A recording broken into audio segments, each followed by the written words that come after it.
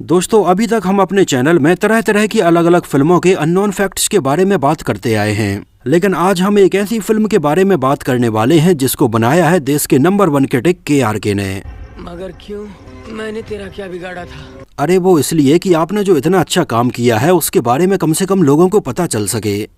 मैंने कोई बहादुरी का काम नहीं किया, मैंने गुनाह किया है, मुझे सजा मिलनी चाहिए। अरे मैं तो ये वीडियो आपकी और आपकी फिल्म की तारीफ के लिए बना रहा था, लेकिन आप खुद ही कह रहे हैं कि आपको सजा मिलनी चाहिए। दुनिया भर के क्रिटिक्स ने और ऑडियंस ने आपकी फिल्म को इतना क्रिटिसाइज किया है, तो मैंने सोचा चलो ये वीडियो बनाकर आपका गम थोड़ी कम कर देता हूँ। ये ना होता तो कोई दूसरा गम होना था। मैं तो वो हूँ जिसे हर हाल में बस रोना था। अरे KRK जी, मैं तो आपके हंसने की बात कर रहा था, लेकिन आप तो रोने की बात कर रहे हैं। चलो कोई बात नहीं, हम मानते हैं कि आपसे एक गलती हो गई, तो जिंदगी में यू टर्न मारो और अच्छे काम करो। जिंदगी कभी कभी ऐसे मोड़ पर आ जाती है जहाँ से कोई यू टर्न नहीं होता। अरे यार चलो ठीक है, कोई बात नहीं, आपको यू टर्न नहीं मारना है तो मत मारिए। अच्छा, उन लोगों को आप अपनी तरफ से कोई मैसेज देना चाहते हैं क्या जो आपसे नफरत करते हैं? जितनी नफरत हमारे लिए तुम्हारे दिल में है, उससे ज्यादा प्यार तुम्हारे लिए हमारे सीने में है। सर एक अच्छा डायलॉग अपनी फिल्म का लोगों को सुना दीजिए तो लोगों का दिल खुश हो जाएगा। तुमने कहा था कि तुम मुझे वहाँ मारोगे जहाँ पानी भी नहीं होगा, मगर मैं आज तुम्हें पानी पिला पिला कर मारूंगा। अरे वाह सर, आपने तो बिल्कुल महफिल लूट ली है, ताली बजाने का मन कर रहा है। क्या डायलॉग आपने सुनाया है। तो दोस्तों, ये है KRK जो कि अपने आप को देश का नंबर 1 क्रिटिक मानते हैं। हालांकि ये अलग बात है कि ऑडियंस इसको माने या ना माने, उनके रिव्यू को सीरियसली ले या ना ले, लेकिन KRK के हिसाब से तो वो नंबर 1 क्रिटिक हैं। और हो भी क्यों ना, क्योंकि ज्यादातर क्रिटिक्स तो हमेशा दूसरों की फिल्मों को क्रिटिसाइज ही करते आए हैं, भले ही आज तक उन्होंने खुद से कोई फिल्म ना बनाई हो। लेकिन हमारे KRK ऐसे नहीं हैं। पहले उन्होंने बहुत सारी फिल्में बनाई जहां पर लोगों ने उन्हें काफी क्रिटिसाइज किया, जहां उन्हें छोटा मोटा क्रिटिसाइज नहीं किया गया। कुछ क्रिटिक्स ने तो फिल्म देखने के बाद ये तक बोला, माँ खराब हो जाएगा, मैं माँ अम्मा बहन पे आ जाऊंगा, मैं इनकी अम्मा बहन पे आ जाऊंगा। और बस तब से ही KRK ने ये कसम खा ली कि अब वो खुद क्रिटिक बनकर लोगों की फिल्मों की बजाएंगे।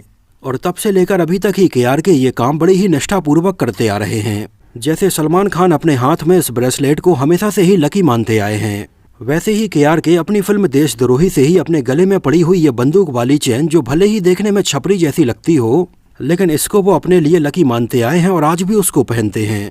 और आपने तो शायद KRK के अभी तक के रिसेंट के कारनामे ही बस देखे होंगे, लेकिन असलियत में वो इस धरती पर ऐसे कारनामे करने के लिए ही आए हैं और इसी के लिए ही उनका जन्म हुआ है। और एक कारनामा उन्होंने किया था सन 2008 में देशद्रोही के नाम से, जो आज भी फिल्म क्रिटिक्स के लिए किसी नाइटमेयर से कम नहीं है। अगर ये पूरी फिल्म देखने के बाद कोई सरवाइव कर गया है तो ये मानो कि वो मौत को बिल्कुल टक्क से छूकर वापस आया है। KRK आज भी कंट्रोवर्शियल हैं, कल भी कंट्रोवर्शियल थे और आगे भी कंट्रोवर्शियल ही रहेंगे। उस समय उनकी फिल्म देशद्रोही को भी मुंबई में लगभग 2 महीने के लिए बैन किया गया था। मगर क्यों? हाँ बता रहे हैं, अभी आगे बताऊंगा कि क्यों बैन किया गया था। फिल्म देशद्रोही रिलीज हुई थी 14 नवंबर सन 2008 को, जिसकी कहानी लिखी थी द ग्रेट कमाल राशिद खान ने, जिसको प्रोड्यूस किया था द ग्रेट कमाल राशिद खान ने। और इसमें हमें बतौर लीड एक्टर के तौर पर भी नजर आए थे द ग्रेट कमाल राशिद खान, और इसके डायलॉग्स और गानों के लिरिक्स भी लिखे थे द ग्रेट कमाल राशिद खान ने। अब जब सारे काम KRK ने खुद ही किए थे तो इसको डायरेक्ट वो खुद ही कर लेते, लेकिन नहीं, यही तो दिमाग वाली बात है कि ऐसे कारनामे करे कोई और इसका जुर्माना भरे कोई और। तो डायरेक्टर के तौर पर KRK ने इस कारनामे के लिए जगदीश A शर्मा का नाम अनाउंस किया था। अब जगदीश A शर्मा ने भी ये सोचा कि चलो पैसे जब KRK के लगे हैं और एक्टिंग भी वो खुद ही कर रहा है, तो हमें तो कैमरा बस पकड़ना ही है और बस KRK जैसे भी जो भी उटपटांग हरकतें करें उसको हमें बस कैप्चर करना है। और इस तरह से फिल्म देशद्रोही के बनने की शुरुआत हो गई। और उस समय भले ही देशद्रोही डिजास्टर रही हो, लेकिन KRK का कैरियर तो चल निकला था, जहां पर उन्हें ये शॉर्टकट बहुत अच्छे से समझ में आ गया था कि अगर उन्हें लाइमलाइट में बने रहना है तो हमेशा कंट्रोवर्सी ही करते रहना है। तो फिल्म को इतना ज्यादा क्रिटिसिज्म मिलने के बाद भी KRK हमेशा ही लाइमलाइट में बने रहे। लेकिन इसमें KRK के अलावा बाकी जितने भी एक्टर्स ने इसमें काम किया, उनका कैरियर बिल्कुल पूरी तरह से खत्म हो गया। KRK के अलावा इसमें हमें ग्रेसी सिंह, अमन वर्मा, हर्षिता भट्ट, मनोज तिवारी, कादर खान, मुकेश तिवारी, जुल्फी सईद, रंजीत, अवतार गिल, यशपाल शर्मा, रजा मुराद और किम शर्मा जैसे एक्टर्स नजर आए थे, जिसमें काम करने वाली आधे से ज्यादा स्टार कास्ट हमें आगे चलकर और फिल्मों में नजर ही नहीं आई। मतलब देशद्रोही के बाद उनका कैरियर जीरो तो ठीक है, बिल्कुल माइनस में चला गया था। इसका म्यूजिक कंपोज किया था निखिल ने, और भाई इसमें क्या गाने रखे गए थे, आज तक एक भी गाना याद नहीं है। बस KRK के इन गानों में चलकर और दौड़कर आने की और कुछ ऐसे स्टेप्स करने की स्मृतियां बनी हुई हैं जिसको शायद ही कोई बॉलीवुड का दूसरा एक्टर इस तरह से कर पाए। मतलब आप सोचिए, सरोज खान जैसी कोरियोग्राफर ने इन गानों को कोरियोग्राफ किया था, लेकिन KRK तो KRK हैं जिन्होंने आज तक कहाँ किसी की सुनी है। और इसमें KRK के इतने यूनिक डांस स्टेप्स देखे जा सकते हैं। बात करें इसके बजट और बॉक्स ऑफिस कलेक्शन के बारे में तो इसका बजट रखा गया था लगभग 3 करोड़ रुपए, और उस समय इंडिया में इसने बिल्कुल रिकॉर्ड तोड़ कमाई की थी, लगभग 58 लाख रुपए, और वर्ल्ड वाइड में तो इसने और भी ज्यादा लगभग 89 लाख रुपए का कलेक्शन किया था। लेकिन अफसोस कि KRK के द्वारा इतना खून पसीना बहाकर बनाई गई फिल्म देशद्रोही उस समय एक डिजास्टर रही थी, जो उस समय मुंबई में बैन थी और देश भर में लगभग 75 स्क्रीन पर रिलीज की गई थी। और उस समय इसको सिनेमा घरों में देखने के लिए लगभग 2,20,000 लोग आए थे। अब मुझे बस ये जानना है कि ये 2,20,000 लोग कौन थे, और अगर मुझे पता चलेगा तो मैं खुद उनके घर पर एक मिठाई का डिब्बा भेजूंगा, क्योंकि उन्होंने थिएटर में इस मास्टरपीस को देखा और उनका नाम तो इतिहास के सुनहरे पन्नों में लिखा जाना चाहिए। और मैं तो पर्सनली ये मानता हूँ कि KRK को खुद इन 2,20,000 लोगों को 100 लौड़ाकर एक एक मिठाई का डिब्बा गिफ्ट करना चाहिए, जो उस समय इतने ज्यादा वेले थे कि ये फिल्म सिनेमा घरों में देखने के लिए चले गए थे। हालांकि अगर मैं अपनी बात करूं तो मेरे एक दूर के मामा जी थे जो उस समय मेरे घर आए हुए थे। उन्होंने उस समय मुझे बताया कि एक फिल्म रिलीज हुई है देशद्रोही के नाम से, जो कि सबको देखनी चाहिए। और उस समय उनकी वो फेवरेट फिल्म थी जिसको उन्होंने लगभग 3 बार ऑलरेडी देखा हुआ था, और चौथी बार उन्होंने ये फिल्म मेरे साथ देखी थी। हालांकि पहले ही सीन में हीरो को बिल्कुल बेतहासा दौड़ते हुए देखकर और उसके कुछ डायलॉग सुनने के बाद ही मेरी हंसी निकल गई थी। लेकिन मामा जी इसको इतने सीरियसली देख रहे थे कि उनके सामने बैठकर मैं ज्यादा हंस भी नहीं पा रहा था। खैर उस समय मुझे ये फिल्म पूरी देखनी पड़ गई थी और मामा जी का बाद में लेक्चर भी सुनना पड़ गया था। जो देशभक्ति वाले सीन और डायलॉग्स इसमें रखे गए थे, मामा जी ये देखकर बिल्कुल इमोशनल हो गए थे। जब KRK एक सीन में देश के राज्यों और भाषाओं के बारे में बोलते हैं। हिंदुस्तान में 31 राज्य है। अरे लेकिन KRK को कोई बताओ कि 31 राज्य नहीं है, 28 राज्य हैं और 8 यूनियन टेरिटरीज हैं। लगता है KRK ने 28 राज्यों के अलावा पाकिस्तान, नेपाल और बांग्लादेश को भी एक एक राज्य गिन लिया होगा। 6,400 जातियां और 6 धर्म होने के। और यहाँ पर KRK बता रहे हैं कि देश में 6 धर्म हैं, लेकिन उंगलियां 5 ही दिखा रहे हैं। अरे यार, कोई इन्हें बोलने वाला भी नहीं था कि एक उंगली और बढ़ाओ तब जाकर 6 होंगे। इसके बाद एक सीन में KRK ने पॉलिटिशियन को राष्ट्रगीत और राष्ट्रगान सुनाने के लिए बोला था। हालांकि ये सीन अच्छा था कि हम सबको राष्ट्रगीत और राष्ट्रगान आना ही चाहिए, लेकिन पता नहीं इस सीरियस सीन में भी KRK के डायलॉग सुनने के बाद और उन्हें देखने के बाद हंसी ही आ रही थी। फिल्म देशद्रोही को IMDb पर 1.2 आउट ऑफ 10 रेटिंग मिली हुई है, और बॉलीवुड में अभी तक की बनी सबसे खराब फिल्मों में देशद्रोही का नाम आता है। और ये एक ऐसा अचीवमेंट है जो हर किसी के नसीब में नहीं होता है, लेकिन ये KRK के नसीब में था। KRK की फिल्म देशद्रोही आज भी इस लिस्ट में नंबर 1 पर बनी हुई है। इसके बाद सड़क 2, हिम्मत वाला, हम शकल्स और जानी दुश्मन जैसी फिल्मों का नाम आता है। KRK का जो पहले नाम था वो केवल राशिद खान बस था, लेकिन उन्होंने अपने नाम के आगे कमाल खुद ही लगा लिया था, और वो आज कमाल राशिद खान यानी कि KRK के नाम से जाने जाते हैं। उत्तर प्रदेश सहारनपुर के देवबंद में उनका 1 जनवरी सन 1975 को जन्म हुआ था, जहां KRK अलग अलग तरह के कुछ न कुछ बिजनेस करते रहते थे। लेकिन आगे चलकर उन्हें ये बात रियलाइज हुई कि उनकी ज़रूरत यहाँ नहीं है, वो तो यहाँ बेकार में ही लगे हुए हैं। उनकी ज़रूरत तो फिल्म लाइन में है और मुंबई उन्हें बुला रही है। और उस समय KRK के पास में कुछ पैसा भी था, इस वजह से उन्होंने फिल्म लाइन में अपने करियर की शुरुआत बतौर प्रोड्यूसर ही की। और सन 2005 में उन्होंने फिल्म सितम बनाई, जिसको पार्थो घोष ने डायरेक्ट किया, और KRK इसमें हमें नजर भी आए। आगे चलकर KRK ने कुछ भोजपुरी फिल्मों को प्रोड्यूस किया और उसमें हमें बतौर एक्टर भी नजर आए।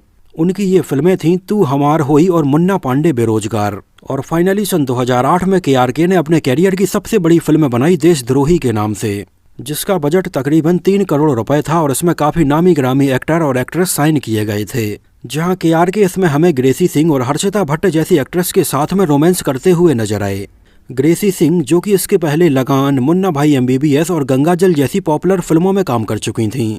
और सन 2008 में ग्रेसी सिंह हमें KRK के अपोजिट फिल्म देशद्रोही में नजर आई थीं। और इसके बाद तो मानो ग्रेसी सिंह का करियर बिल्कुल पूरी तरह से खत्म हो गया था। जहां इसके बाद वो हमें इक्का दुक्का और हिंदी फिल्मों में नजर आई, लेकिन उनको वहां पर किसी ने नोटिस ही नहीं किया। और उस समय फिल्म देशद्रोही में काम करने को लेकर सबसे ज्यादा नुकसान ग्रेसी सिंह का ही हुआ था, जिनका इस फिल्म के बाद से ही अच्छा खासा बना बनाया कैरियर बर्बाद हो गया था। ग्रेसी सिंह के अलावा जाने मानी एक्ट्रेस हर्षिता भट्ट भी इसमें हमें नजर आई थीं, जो अशोका, दिल विल प्यार व्यार, शरारत, आउट ऑफ कंट्रोल और हासिल जैसी बहुत सारी फिल्मों में नजर आ चुकी थीं। लेकिन 2008 में फिल्म देशद्रोही में काम करने के बाद हर्षिता भट्ट हमें किसी और पॉपुलर हिंदी फिल्म में नजर नहीं आई, और वो भी बॉलीवुड से बिल्कुल ऐसी गायब हो गई कि लेंस लेकर उन्हें फिल्मों में ढूंढना पड़ता, तब जाकर वो हमें किसी फिल्म में छोटे मोटे रोल में नजर आती। इसके अलावा इसमें कादर खान, मनोज तिवारी, मुकेश तिवारी और किम शर्मा जैसे एक्टर्स भी नजर आए थे, जो सब लोग भी आज कहाँ हैं और क्या कर रहे हैं इसके बारे में किसी को खास कोई दिलचस्पी नहीं है। फिल्म देशद्रोही को लेकर उस समय एक काफी बड़ी कंट्रोवर्सी भी सामने आई थी।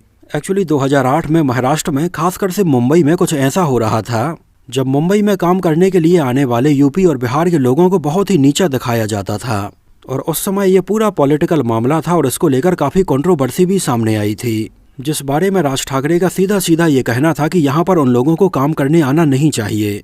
और केआरके ने अपनी जो फिल्म देशद्रोही बनाई थी उसमें पूरा का पूरा इसी टॉपिक को हाईलाइट किया था, जिसके सीन्स में तो केआरके ने बिल्कुल हद ही कर दी थी। मुंबई में यहाँ पर अगर कोई भैया बोलता तो लोग उसे मारने लगते। केआरके ने फिल्म देशद्रोही में ऐसे कई सीन रखे जिसे देखने के बाद लोगों को लगा कि यहाँ तो हालत बहुत ही खराब है। और उस समय फिल्म देशद्रोही जब रिलीज होने के लिए तैयार थी और महाराष्ट्र गवर्नमेंट को पता चला कि इसमें इसी टॉपिक को हाईलाइट करके दिखाया गया है, तो वहाँ की स्टेट गवर्नमेंट ने वहाँ पर फिल्म को लगभग 60 दिनों तक रिलीज नहीं होने दिया था। हालांकि बाद में बॉम्बे हाईकोर्ट के आदेश पर यह फिल्म लगभग 2 महीने बाद वहाँ पर रिलीज की गई थी। फिल्म की कहानी कुछ ऐसी थी जहाँ पर राजा यानी कि केआरके अपने उत्तर प्रदेश के एक गाँव से पिता की लात घूंसों से मार और डांट खाने के बाद मुंबई भाग कर आ जाता है। लेकिन एक्चुअली इसमें पिता की कोई भी गलती नहीं थी, गलती केआरके की थी जो कोई भी काम ठीक से करता ही नहीं था। अब यहाँ देखिए, केआरके से उनके पिता ने खाद की बोरी लाने के लिए कहा था, उन्होंने पूरा का पूरा खाद रास्ते में ही गिरा दिया, तो इसको लेकर कुटाई तो बनती ही है। मुंबई आकर केआरके अपने दोस्त शेखर यानी मनोज तिवारी को ढूंढता है, और इसकी कहानी में केआरके ने बहुत सारे ट्विस्ट और टर्न्स डालने की कोशिश की है, लेकिन जब एक्टिंग ही कुछ ऐसी हो तो कोई क्या ही करेगा। बात करें इसके कुछ सीन्स की और डायलॉग्स की तो आप खुद ही सुन लीजिए। आदमी का नाम पता बता दीजिए, कल शाम होने से पहले वो भी रन आउट हो जाए। अब यहाँ पर ग्रेसी सिंह की एंट्री ही बेवजह बाइक को ठेले के ऊपर से जंप करवाने से होती है, जबकि अगल बगल पूरा रोड खाली पड़ा है, अगल बगल लोग फिल्म की शूटिंग देखने के लिए आए हैं। और यहाँ पर ग्रेसी सिंह गुंडों से फाइट करती हैं और केआरके का रिएक्शन ऐसा होता है, अरे यार बहुत तेरी। और ग्रेसी सिंह यहाँ पर अपने चेहरे का पसीना पोंछती हैं और रूमाल उनका वहीं गिर जाता है, जिस पसीने वाले रूमाल को केआरके उठाते हैं और बाद में उनको देते हैं। और पूरी फिल्म देशद्रोही में केआरके की इतनी ज्यादा पिटाई होती है कि कोई भी आकर इसे मार कर चला जाता है। लेकिन अब इतनी मार खाने के बाद और इतने जुल्म सहने के बाद हमारा हीरो बन जाता है एकदम वायलेंट। अब पता नहीं स्टोरी में कुछ तो ऐसा होता है, लेकिन केआरके यहाँ पर पुलिस वालों को मार देता है। केआरके का दोस्त अंडरवर्ल्ड में चला जाता है और वही केआरके के ऊपर गोली चला देता है। और इसमें केआरके के काफी फाइट सीन रखे गए हैं और लास्ट में पॉलिटिशियन को मारने के बाद फिल्म खत्म हो जाती है। और जनरली फिल्म खत्म हो जाने के बाद वहाँ पर दी एंड लिखा हुआ होता है, लेकिन यहाँ पर लिखा हुआ है द बिगनिंग। लेकिन यहाँ पर केआरके ने बिगनिंग की स्पेलिंग भी गलत की हुई है, जहाँ पर डबल एन की जगह पर उन्होंने केवल एक एन ही लिखा हुआ है। हालांकि इस फिल्म ने केआरके को पॉपुलर जरूर करवा दिया था। आगे चलकर वो हमें सन 2009 में बिग बॉस 3 में नजर आए, जहाँ पर भी उनकी काफी कंट्रोवर्सी हुई, चाहे केआरके के बॉटल फेंक कर मारने की बात हो या फिर राजू श्रीवास्तव के साथ में लड़ाई हो। 2014 में आई फिल्म एक विलेन में केआरके हमें एक छोटे से रोल में नजर आए, जिसमें उनका केवल एक ही डायलॉग होता है, 2 रुपी पीपल। केआरके हमेशा से ही अपने ट्वीट को लेकर, अपने फिल्मों के रिव्यू को लेकर चर्चा में बने रहते हैं। जैसे सलमान खान ने भी उनके ऊपर डिफेमेशन केस किया था, मीका सिंह ने भी केआरके के ऊपर एक डिस्ट्रैक्ट निकाला था। फिल्म देशद्रोही इतनी खराब बनी है कि लोग इसके केवल मजे लेने के लिए और मीम्स के लिए बस देखते हैं, और अपने इतने खराब होने की वजह से ये फिल्म हमेशा ही लोगों के बीच में चर्चा में रहती है। अभी कुछ समय पहले ही केआरके ने कहा था कि वो देशद्रोही 2 बना रहे हैं, जिसका बजट बाहुबली 2 से भी ज्यादा होगा। और ट्विटर पर उन्होंने एक पोस्टर भी इसका शेयर किया था, जिस पोस्टर में कुछ स्पेलिंग मिस्टेक भी थी और इसको लेकर केआरके को काफी क्रिटिसाइज भी किया गया। तो केआरके ने बताया कि ये पोस्टर उन्होंने बनाया नहीं है, उनके किसी फैन ने बनाया था, उन्होंने तो जस्ट इसको अपने ट्विटर हैंडल पर शेयर बस किया है। तो जो भी हो, एक ही देशद्रोही काफी है, अब दूसरी देशद्रोही ना ही बनाए तो बेहतर है।